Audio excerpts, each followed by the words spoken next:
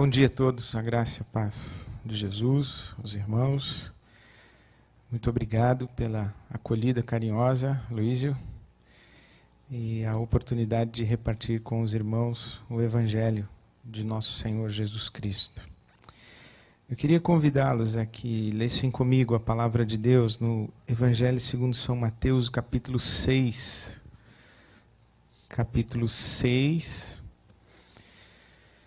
Nesse ambiente de louvor e de adoração tão especial, tão oportuno que temos nessa manhã, eu queria lembrar aos irmãos estas palavras de Jesus Cristo, o nosso Senhor, quando nos ensina a orar.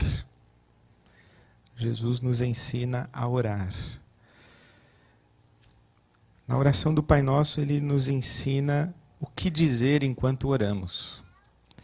Mas aqui no capítulo 6, versículo 6, o Senhor Jesus nos ensina como orar. E talvez até muito mais precisamente Ele nos ensina o que é a oração. O que é a oração? Mas por trás desse ensino de Jesus sobre como orar e o que é a oração, eu penso que mais ainda Ele nos ensina a respeito de quem é o nosso Pai Celestial a quem dirigimos as nossas orações. Então diz assim o Evangelho de Mateus, o capítulo 6, versículo 6, palavras de Jesus. Quando você orar, vá para o seu quarto, feche a porta e ore a seu Pai que está em secreto. Então, seu Pai que vê em secreto o recompensará. Quando você orar, vá para o seu quarto, feche a porta e ore a seu Pai que está em secreto. Então, seu Pai que vê em secreto o recompensará. Vamos orar? Deus nosso Pai, te buscamos, clamando pela Tua palavra e pela Tua provisão nessa manhã. Em nome de Jesus, para a Tua glória. Amém. A Bíblia não foi escrita para provar a existência de Deus.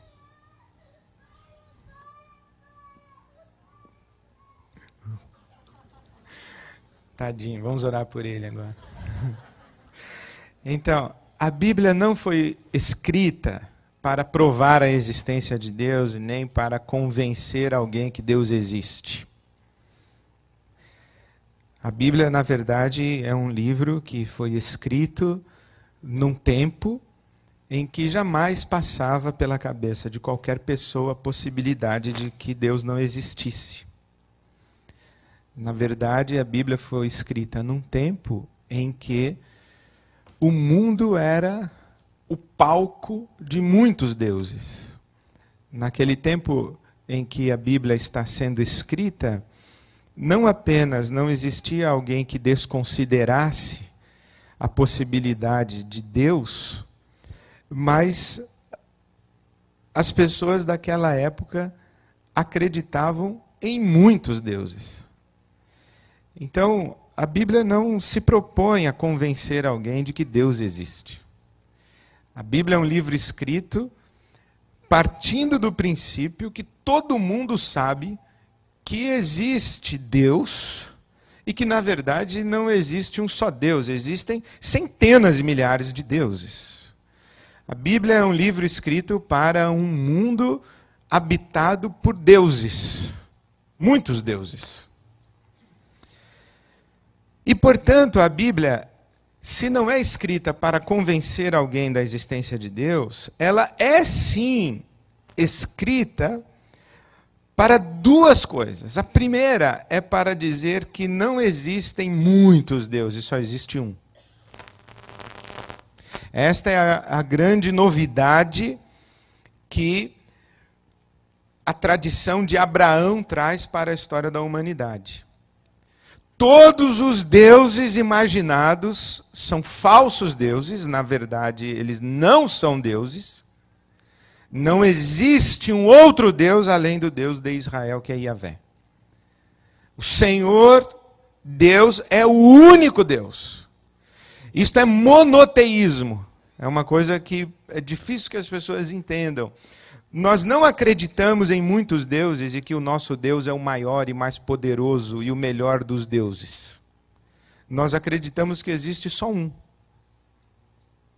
Quando você acredita em muitos deuses, mas que o Deus da Bíblia é o maior de todos, então isso é politeísmo. A diferença é que o seu Deus é apenas o mais poderoso. Mas não é isso que a Bíblia ensina. A Bíblia está ensinando que não existe nenhum Deus além do Deus de Israel. Todos os outros deuses são falsos. Por isso é que o apóstolo Paulo vai dizer que aqueles irmãos em Tessalônica se converteram dos ídolos ao único Deus vivo e verdadeiro. Mas também, e acredito principalmente, a Bíblia Sagrada, ela é escrita para falar a respeito da identidade, do caráter desse único Deus. A Bíblia é um livro escrito para dar singularidade a Deus e para esclarecer a todos nós a respeito de quem é esse Deus. Nós que estávamos pensando em muitos deuses, agora somos chamados a atenção para o fato de que só há um Deus. E agora precisamos também entender como é esse Deus. Como ele pensa. Como é que ele se relaciona conosco. Como é que ele age no mundo. O que é que ele exige de nós. O que é que ele nos oferece. Qual a diferença entre esse único Deus e todos os outros falsos deuses. Então a Bíblia é um livro, se nós quisermos dizer assim, a Bíblia é um livro que foi escrito para uma única finalidade: acabar com a idolatria. Acabar com a idolatria. E nos colocar de joelhos apenas diante do único Deus vivo e verdadeiro. Diante dele, todos os outros deuses desaparecem, porque nunca foram nada, voltam ao nada de onde não deveriam ter saído, e nós estamos diante do único Deus vivo e verdadeiro, e agora precisamos nos relacionar com ele. E precisamos saber que ele é muito diferente de todos os outros deuses que estávamos acostumados a acreditar numa existência, ainda que uma falsa existência. E a Bíblia é escrita ao longo, você sabe, a Bíblia é um livro que é escrito, demora 2000 anos para ficar pronto esse livro. O primeiro sujeito que escreveu a Bíblia escreveu, e o último que escreveu 2000 anos depois. Entre, por exemplo, Moisés, que em tese escreveu o Pentateuco, Gênesis, Êxodo, Levíticos, Números e Deuteronômio, entre Moisés, o primeiro autor, e João na ilha de Patmos escrevendo o Apocalipse, há um espaço de 2000 anos. E há 40 autores diferentes. E os teólogos vão falar que esse processo da Bíblia ser escrita é um processo que a gente chama de revelação progressiva. Em que Deus vai se mostrando aos poucos, e aos poucos ele vai se afirmando como único e diferente, distinto, como singular. Eu me lembro que uma vez acabou o culto, lá na nossa igreja, e duas menininhas vieram correndo e falaram assim, uma delas mais atrevida disse: pastor, ela está com vergonha, mas ela quer fazer uma pergunta. E a outra, toda tímida, falou assim: eu queria saber como foi que Deus criou o homem. Aí eu falei: Deus fez um bonequinho de barro, e quando o bonequinho ficou pronto, ele soprou e o bonequinho saiu correndo. Aí a outra virou e disse: não falei? E as duas saíram correndo e foram embora. Essa menininha ficou satisfeita com a resposta. Para ela ficou muito claro como foi que Deus criou o homem. Mas essa menininha, quando chegar na universidade e falar para o professor dela que Deus criou o homem, fez um bonequinho de barro, soprou, o bonequinho saiu correndo, e o professor dela fala: olha, eu acho que há uma outra forma da gente entender isso.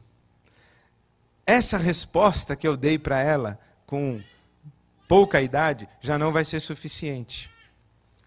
Ela vai precisar elaborar muito mais. Ela vai ter um monte de perguntas em volta, ela vai ter a ciência do lado, ela vai ter muita informação para comparar com aquela pouca informação que eu dei a ela com 5, 6 anos de idade.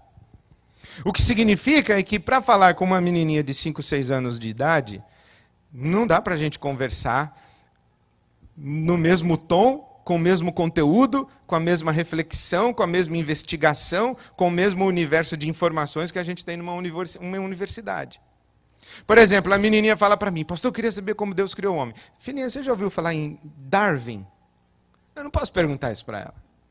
Olha, há várias teorias sobre como Deus criou o homem.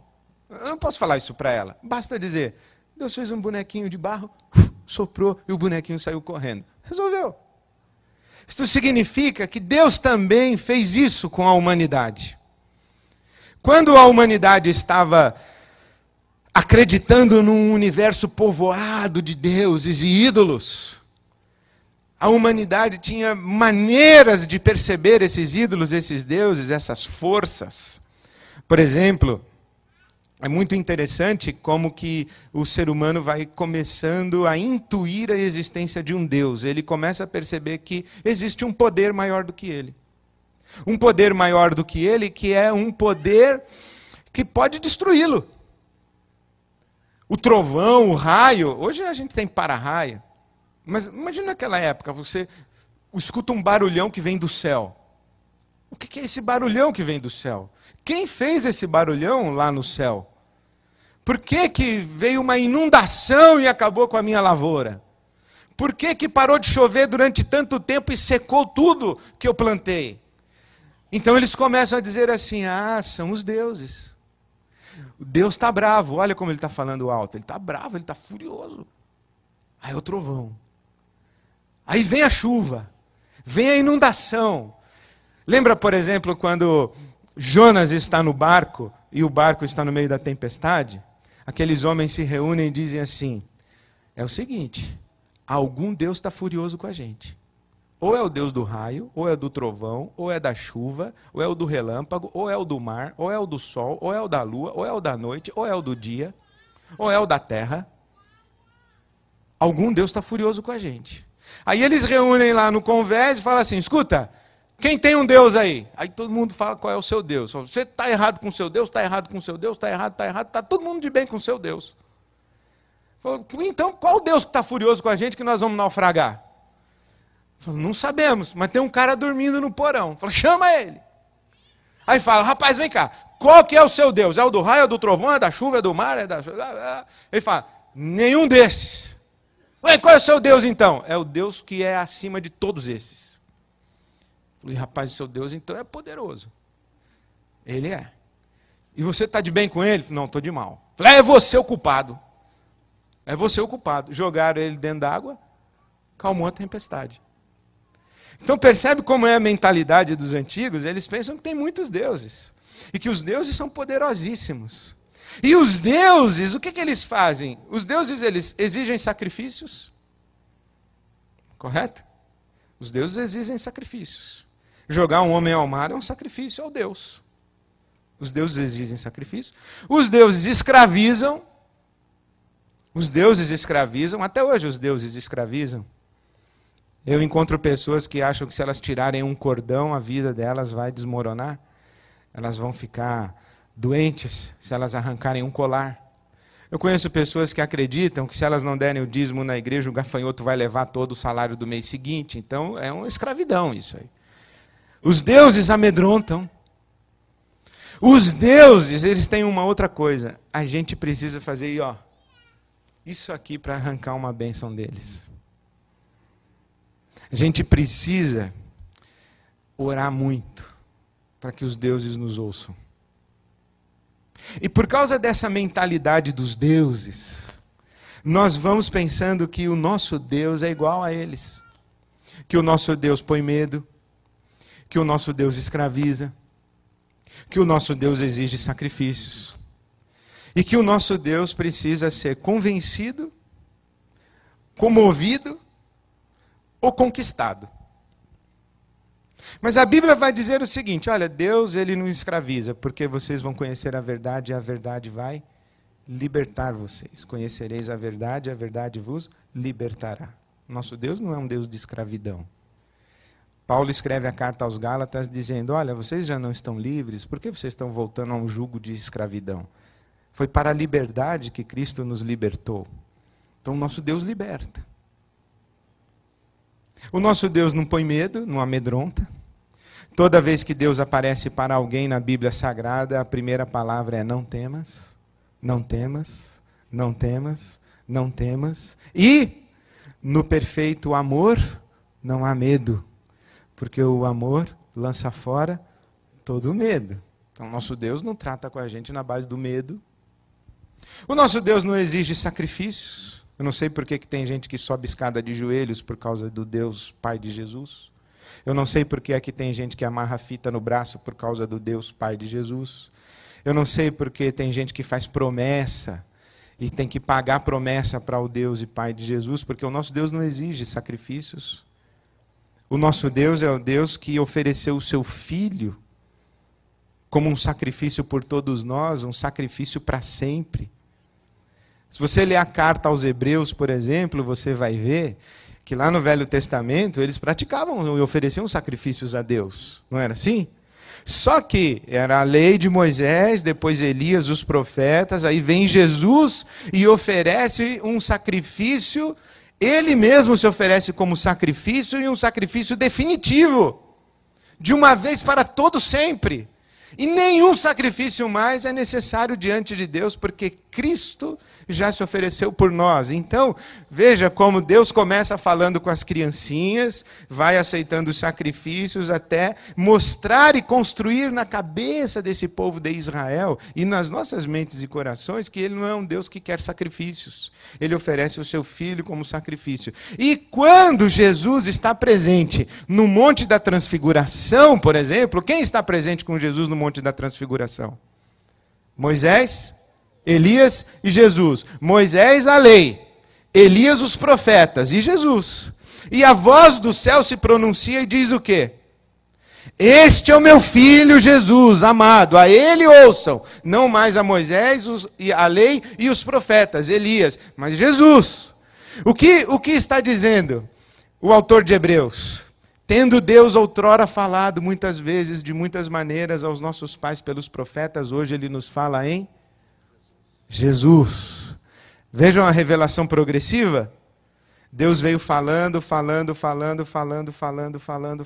até que Ele falou tudo. E hoje nós somos privilegiados, porque nós somos a geração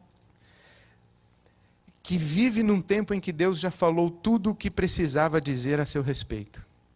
Já parou para pensar isso? Moisés não viveu nesse tempo em que Deus já havia falado tudo o que precisava ser dito a seu respeito. Davi não viveu nesse tempo, Jeremias não viveu, Isaías não viveu. Nós vivemos.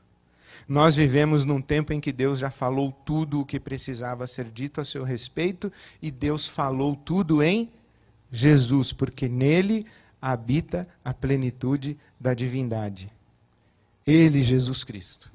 Ele, Jesus Cristo, é aquele em quem estão escondidos todos os tesouros da ciência e do conhecimento, disse Paulo aos Colossenses. Então é Jesus. Então hoje nós temos a revelação plena de Deus em Jesus. E hoje nós já entendemos que o nosso Deus, Ele não põe medo, Ele não escraviza, Ele não exige sacrifícios. E nós já deveríamos ter entendido que Deus não precisa ser convencido, comovido e conquistado. Vou repetir. Nós já deveríamos ter entendido que Deus não precisa ser convencido, comovido e conquistado. Porque para nós a oração, às vezes me dá a impressão que a oração é um processo de argumentar para convencer, chorar para comover e fazer força para mover o braço de Deus. Conquistar um favor de Deus. A oração, por exemplo, eu acho muito engraçado algumas orações. A gente ora tentando dizer para Deus, Deus, como diz em tua palavra. Como se Deus não soubesse, né? Então a gente vai tentar estar argumentando com Deus. Como o apóstolo Paulo é muito engraçado, ele tenta convencer Deus. Ele se converte, ele era perseguidor da igreja, se converte, vai pregar e ninguém escuta o sermão dele, ninguém escuta a pregação dele, aí ele vai para o templo orar e Jesus fala para ele assim, olha, ô Paulo, vai para casa, vai para Tarso, volta para casa. Aí o Paulo diz assim, mas Senhor, eu era perseguidor da igreja, eu matava os cristãos, se eu for em público e numa cruzada e der o meu testemunho, o senhor está perdendo uma grande oportunidade de marketing, o melhor cara para pregar agora sou eu. É como se o maior bruxo feiticeiro de Nova York se convertesse e quisesse dar um testemunho em rede nacional na televisão e Deus falasse, não. Aí esse bruxo ia falar, mas Deus, o senhor não está entendendo, o senhor não acredita, o meu testemunho vai bombar, Deus, o senhor está perdendo a chance. Todo mundo vai querer ouvir o meu testemunho. E Deus fala, não, vai para casa. Mas a gente tenta argumentar com Deus para convencer Deus de que a gente tem razão. A gente tenta argumentar com Deus para ver se ele se convence a fazer aquilo que a gente quer que ele faça. Então a oração para nós parece um exercício de convencimento de Deus. Ou então a gente encara a oração como se a gente tivesse que comover o coração de Deus.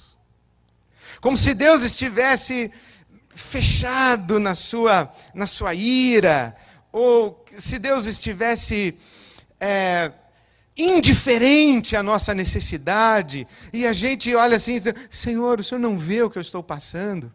Senhor, o Senhor não... Parece até que o Senhor não me ama.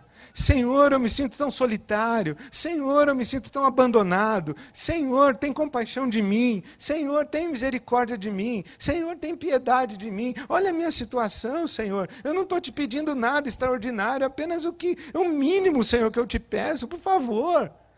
E a gente vai falando que quem está do lado, a gente fala assim, ô Deus, coitadinho do cara, faz alguma coisa. Porque parece que a gente está orando para comover Deus. Alguns oram para tentar convencer Deus, outros oram para tentar comover Deus. E tem gente que ora para tentar conquistar Deus. É pior. A oração é quase que uma queda de braço, né? A gente vai tentando, aí na hora que está conseguindo, aí Deus ganha da gente. A gente continua lá pedindo. É a mesma coisa que, por exemplo, o Paulo está orando para Deus tirar o espinho na carne dele.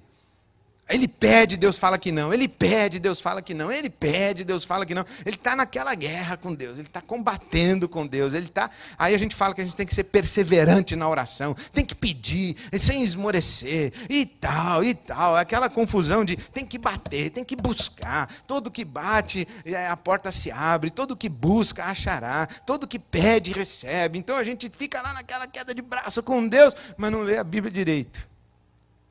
Deus não precisa ser convencido, comovido e conquistado.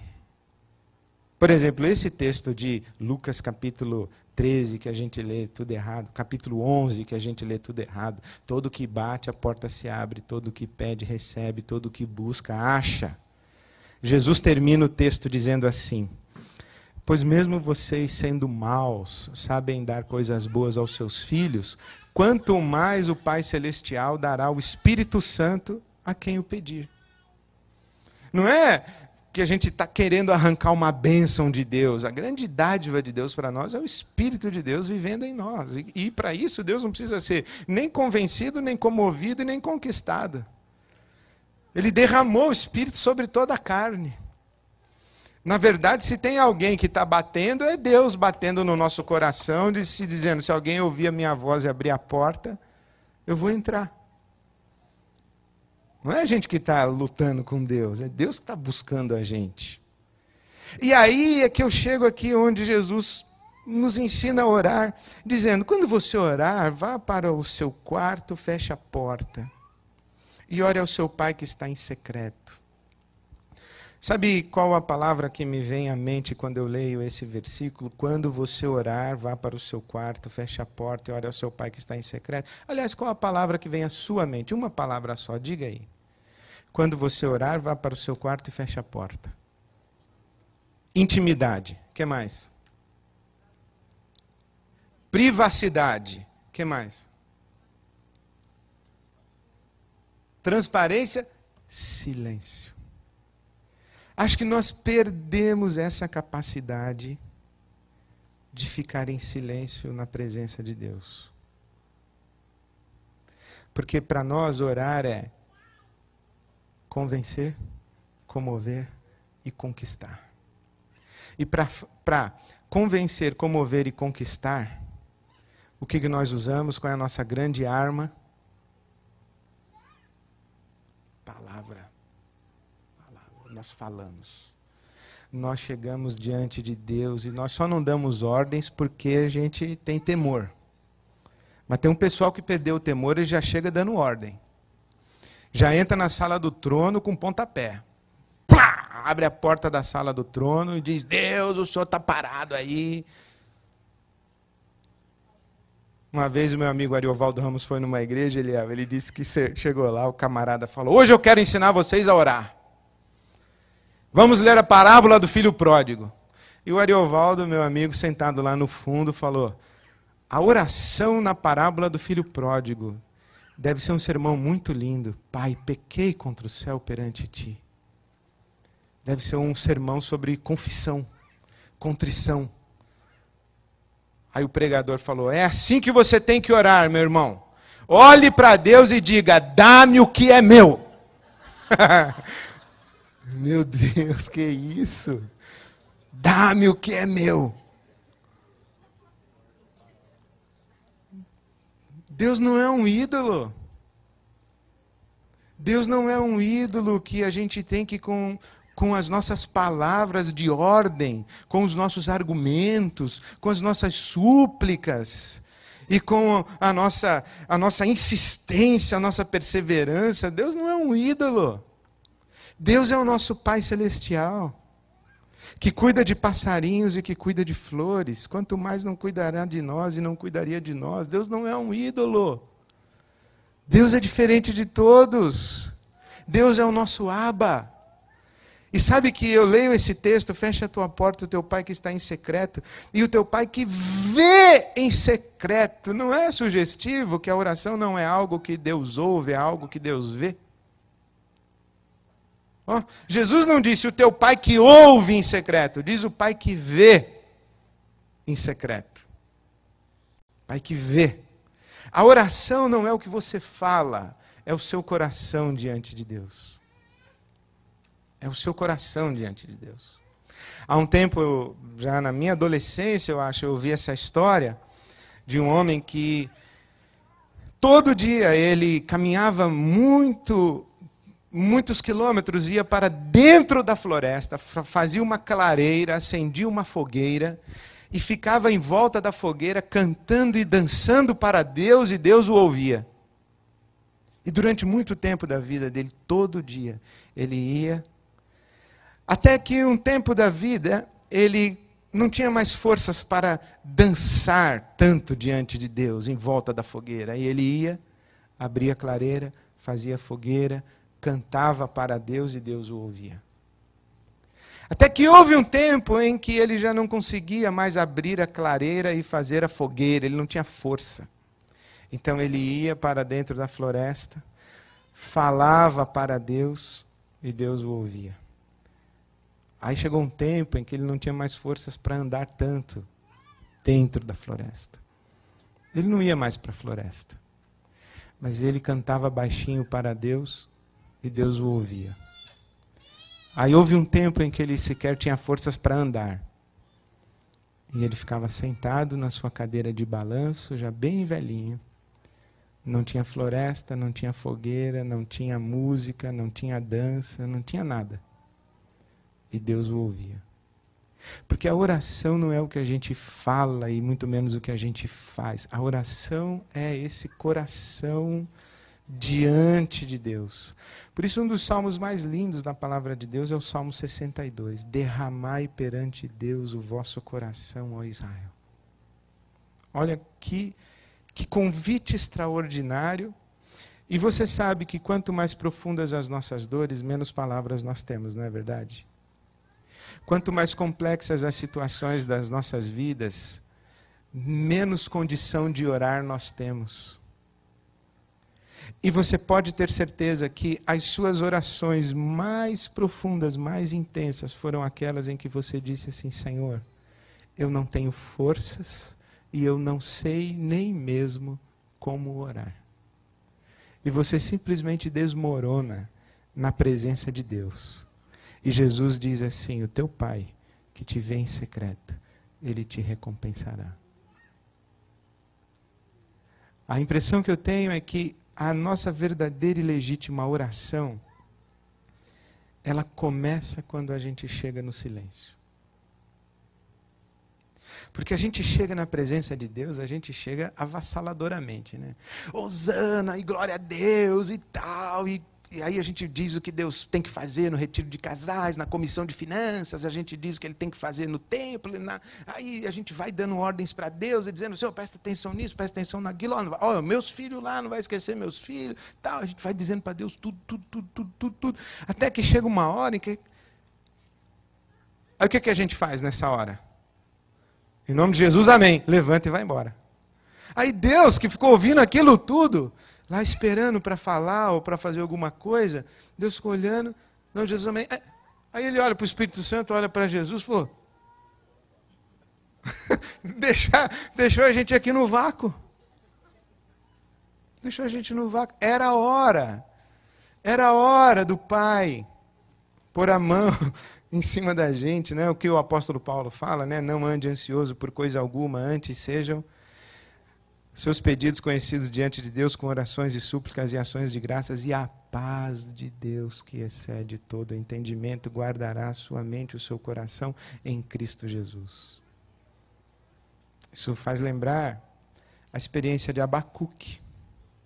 Pode achar na sua Bíblia o livro de Abacuque, Velho Testamento, depois de Naum, depois de Miqueias, depois de Jonas. Agora, se você chegou em Sofonias, já passou. Jonas, Miqueias, Naum, Abacuque. Sofonias, Ageu, Zacarias e Malaquias. Então eu estou em Abacuque. Abacuque vai orar. Abacuque vai orar. Olha como ele começa a oração. Até quando, Senhor, clamarei e tu não ouvirás?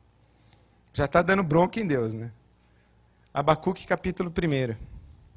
Abacuque 1, 2. Até quando, Senhor? Clamarei por socorro sem que tu ouças. Quer dizer, o Senhor não me escuta, o Senhor não faz nada e já está demorando. O Senhor está muito sossegado, o Senhor está trabalhando pouco, o Senhor não está dando atenção para mim. Eu estou clamando e o Senhor se fazendo de surdo. Já está dando uma bronca em Deus. Olha como ele começa a oração. Até quando? Aí no versículo 2, até quando, até quando? E ele diz assim, e olha, vou dizer mais uma coisa para o senhor, o Abacuque. É por causa disso que o senhor não faz nada. O senhor não faz nada. É que a lei se enfraquece e a injustiça prevalece. O mundo está essa bagunça porque o senhor não está fazendo nada. Olha o Abacuque, como é que ele fala com Deus. Aí Deus então responde para ele, porque essa é a característica de Deus. Deus ainda se digna a responder esse tipo de conversa. Aí Deus assim fala para Abacuque, o profeta. Versículo 6. Pode ficar tranquilo, viu, Abacuque? Porque eu vou acabar com essa bagunça. Eu vou trazer a Babilônia e vai esmagar vocês aí. Vou acabar com essa bagunça. Está preocupado com a bagunça que está em Israel? Com os sacerdotes e com os reis? Pode deixar, eu vou trazer a Babilônia. Mas o Abacuque, ele não se convence, ele tenta argumentar com Deus e dizer que Deus está errado. Capítulo 1, versículo 13, ele diz assim: teus olhos são tão puros que não suportam ver o mal. Não podes tolerar a maldade. Então, por que toleras os perversos? Por que ficas calado enquanto os ímpios devoram os que são mais justos que eles? O que Abacuque está dizendo é o seguinte: não me diga que o Senhor vai disciplinar Israel com a Babilônia.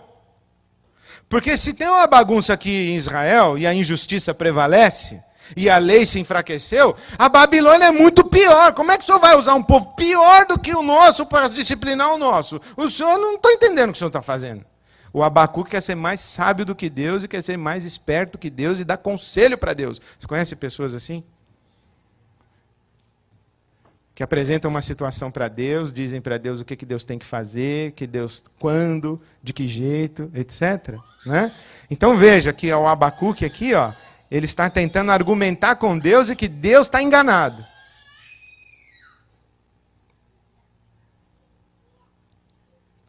Mais um que precisa de oração. Só que chega no capítulo 2, parece que o Abacuque ele tem um lampejo de discernimento. No capítulo 2.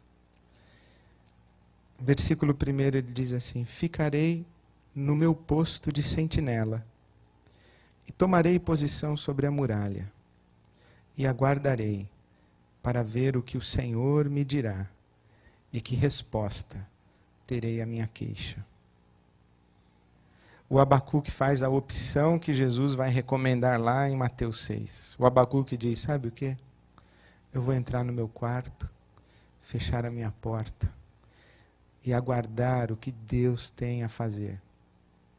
O que Deus tem a dizer. Eu vou ficar quieto. Não é o Salmo 46? Que diz o Salmo 46? Aquietai-vos e sabei que eu sou Deus. Aquietai-vos e sabei que eu sou Deus. É o que o Abacuque faz. Aí Deus fala com ele. E Deus fala, ai daquele. Versículo 6, versículo 9, versículo 12, versículo 15, versículo 19. São 5 ais. É como se Deus dissesse assim, fosse enchendo o coração de Abacuque, dizendo, Abacuque, você acha que você é mais justo do que eu? Você acha que eu não estou vendo o que se passa no mundo? Você acha que eu não conheço a Babilônia? Você acha que eu perdi o controle da história? Você acha que os homens puseram em alvoroço o mundo que eu criei e que eu estou ignorando, que eu estou impassivo, que eu sou irresponsável? E Deus vai trabalhando o coração de Abacuque até que no versículo 2 do capítulo 3 ele diz, eu ouvi, Senhor, falar a teu respeito. Eu ouvi de novo o que tens feito, quem tu és. E ele chega no final do capítulo 3, dizendo, ouvi isso. Versículo 16. E o meu íntimo estremeceu, os meus lábios tremeram, os meus ossos desfaleceram e as minhas pernas vacilavam. Tranquilo esperarei o dia da desgraça que virá sobre o povo que nos ataca.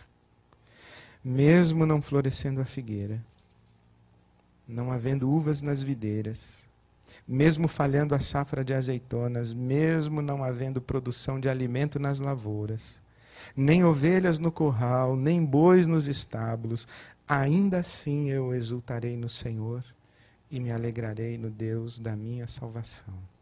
O Senhor, o soberano, é a minha força. Ele faz os meus pés como do cervo, faz-me andar pelos lugares altos. Essa é a experiência de oração de Abacuque, que Jesus vai sintetizar em Mateus 6,6. Você tem uma queixa diante de Deus, você tem uma angústia, então entra no seu quarto, fecha a sua porta, derrama seu coração diante de Deus, e quando você terminar de derramar o seu coração e falar tudo que você tem para falar, é muito importante que você faça isso. Aí você faz assim, ó, descansa. Descansa, como disse o salmista no Salmo 131. Como uma criança que acabou de mamar no seio da sua mãe, tal é a minha alma para comigo. E eu Já viu que coisa mais maravilhosa e linda é uma criança que acabou de mamar no seio da sua mãe? É aquele lugar. E dizem os especialistas que o colo da mãe é singular porque a criança tem a memória do batimento cardíaco da mãe. É aquele lugar de segurança. É o colo da mãe. Ali. E eu lembro que meus filhos, quando eram pequenos e que eu os pegava no colo, eu tinha esse registro. Às vezes meu filho e minha filha, eles inquietos no meu colo, não achavam posição, irritadiços, ou chorando. Eu os pegava no colo e colocava assim no meu peito, e eu percebia que o meu batimento estava muito acelerado. Aí eu ficava fazendo um exercício assim de... até que eu me acalmasse, porque o menino não vai ficar calmo no colo de um pai ansioso. Hã? Aí eu tentava segurar os meus filhos assim, até que eu ficasse calmo juntinho com ele. Daqui a pouco os dois dormiam. Os dois dormiam. Porque é assim que Jesus nos ensina a orar a Deus. Quando você for orar, feche a porta do seu quarto. E quando você for falar com Deus, a primeira coisa que você diz é Abba. Abba é o balbuciar de uma criança que ainda não aprendeu a falar. Não é papai. É alguma coisa, é algum som na direção do pai. É a criança de colo que ainda não aprendeu a falar. Ela fala, Abba. Então o que é orar? Orar é atirar-se no colo de Deus. E confiar que Deus sabe o que fazer por nós. Os ídolos, eles querem sacrifícios, eles escravizam, eles precisam ser convencidos, comovidos, conquistados. Mas o nosso Deus não é assim. Jesus disse, por que vocês estão correndo tanto de um lado para o outro? Olhem os passarinhos e as flores do campo, descansem. Por que vocês falam tanto para Deus, o Pai, o que vocês precisam? O nosso Pai Celestial sabe que vocês precisam. Sabe. Por que você não descansa no colo do seu Pai? Por que você não se atira no colo do seu Pai Celestial, do seu Abba, e fica ali como uma criança desmamada, que acabou de mamar, e chega ao seu lugar de descanso? Não são poucas as vezes do meu dia a dia em que eu sinto meu coração angustiado, que eu preciso chegar nesse lugar de descanso e falar, Deus, cheguei aqui no teu colo, meu Abba. Meu Abba. Cheguei. Descansei. Eu lembro de duas coisas que eu queria terminar falando sobre isso. Uma é uma história da Madre Teresa, que perguntaram para ela, o que a senhora fala quando a senhora ora? Ela disse, não falo nada, eu só escuto. E aí falaram, e o que então que a senhora escuta? O que Deus fala? Não, ele também não fala nada, ele só escuta.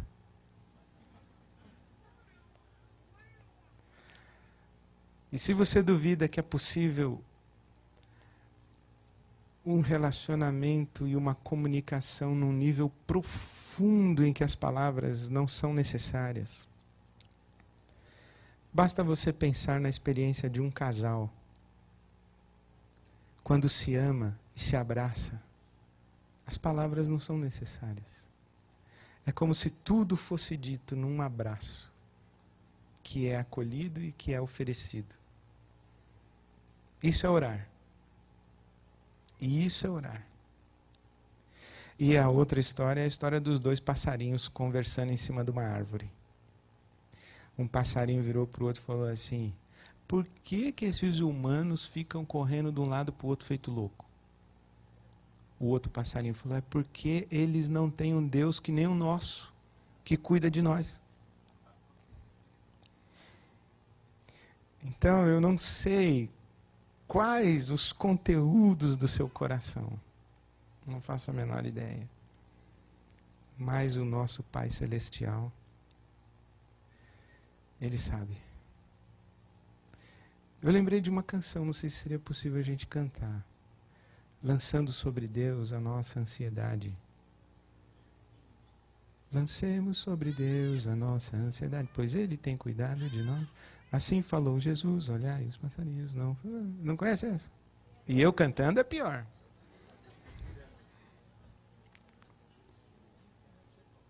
Não?